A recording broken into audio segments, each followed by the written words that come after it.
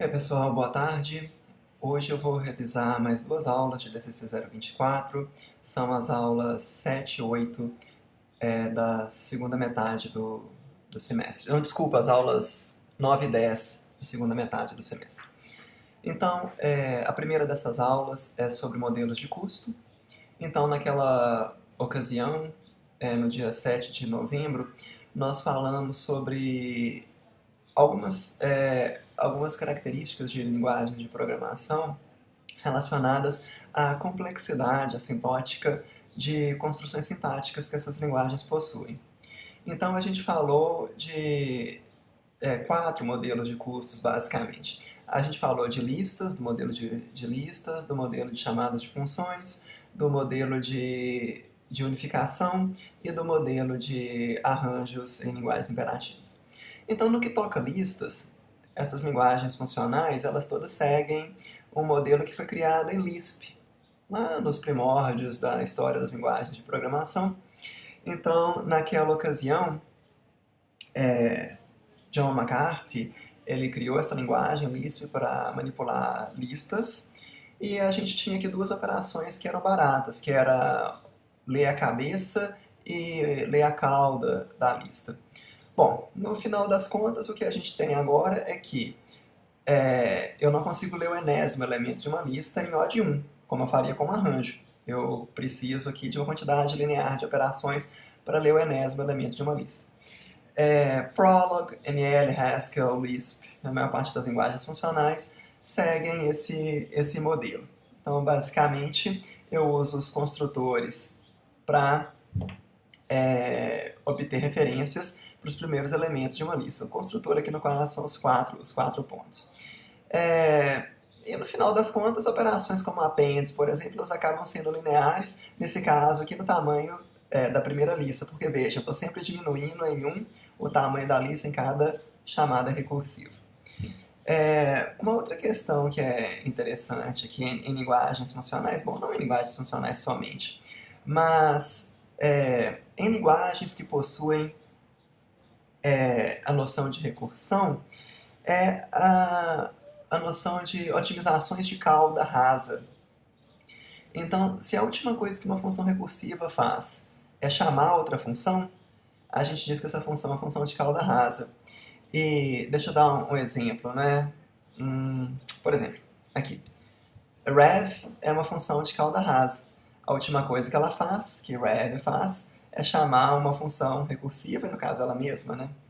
Então, quando isso acontece, quando eu tenho funções de cauda rasa, a gente consegue fazer uma otimização muito bacana, que é transformar a recursão mais ou menos num while loop, como eu teria em C.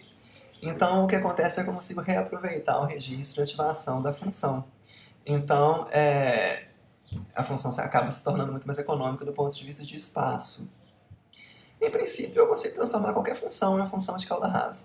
Por exemplo, sum aqui não é uma função de cauda rasa, porque depois que essa função retorna, eu somo ela ao parâmetro A. Notem que a ordem aqui não tem nada a ver, né? Essa função aqui também não é uma função de cauda rasa, porque essa soma aqui acontece após o retorno de sum de L.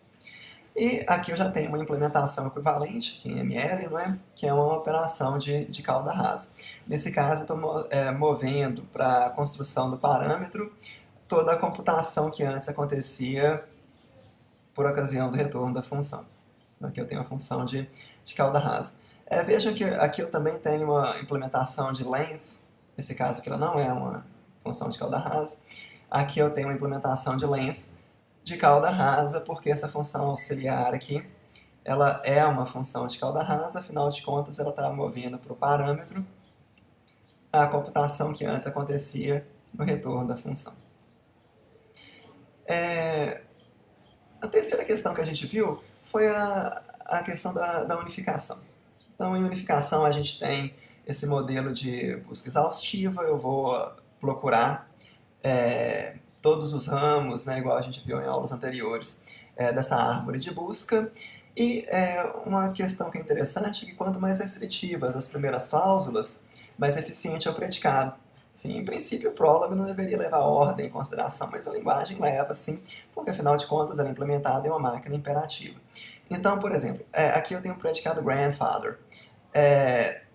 Se eu coloco male na frente de parent, o meu predicado ele é mais rápido, porque male é mais restritivo. Vejam, eu tenho 2 predicados male aqui, e eu tenho 5 predicados parents. Então aqui eu consigo cortar a recursão mais cedo. Então, assim, em linhas gerais, quando a gente for escrever predicados em Prolog, é melhor colocar os predicados mais restritivos primeiro. E depois eu falei do modelo de estrutura de dados de acesso aleatório. No caso, o arranjo é possivelmente a estrutura mais comum. A gente tem arranjo em C, em Java, em Python, em várias linguagens imperativas. Então, arranjos têm uma vantagem muito grande. Ler o enésimo, o elemento, tem o mesmo custo de ler o primeiro.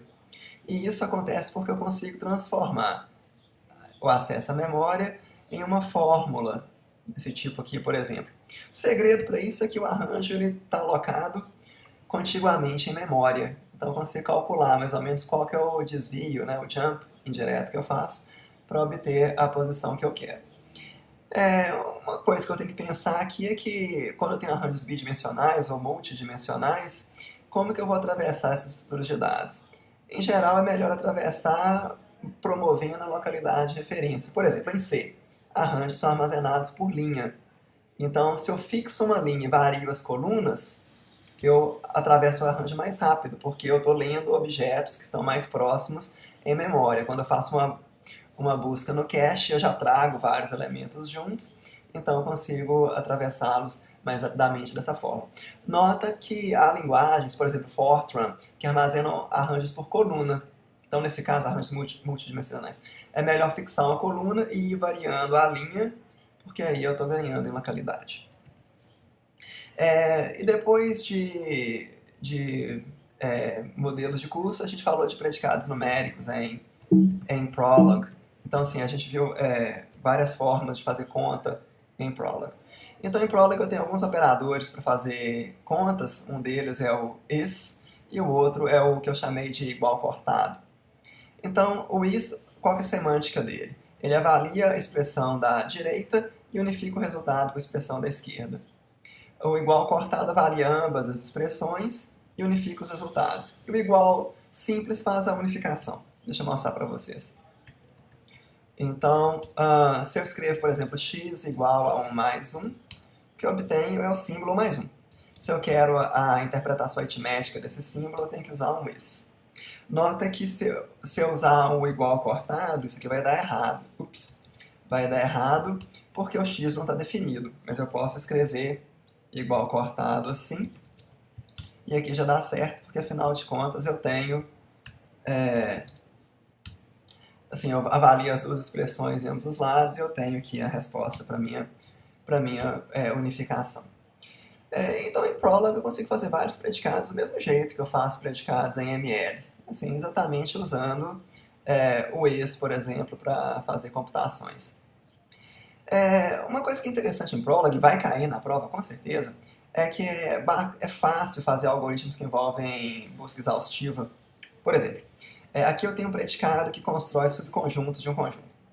Então, assim, um vazio é sempre subconjunto dele mesmo, e um conjunto que não está vazio, o subconjunto dele ou contém o primeiro elemento ou não contém. Então, isso aqui constrói subconjuntos de uma lista. E eu posso usar esse predicado, por exemplo, para resolver um problema NP completo, que é o problema de determinar se dentro de um conjunto L eu tenho um subconjunto S, cuja soma dos elementos é N. Então, assim, vocês veem que eu tenho uma solução super elegante para esse problema aqui. Então, assim, esse tipo de problema de busca, de exploração, vocês têm que saber resolver em Prolog. Então, é isso para essa aula.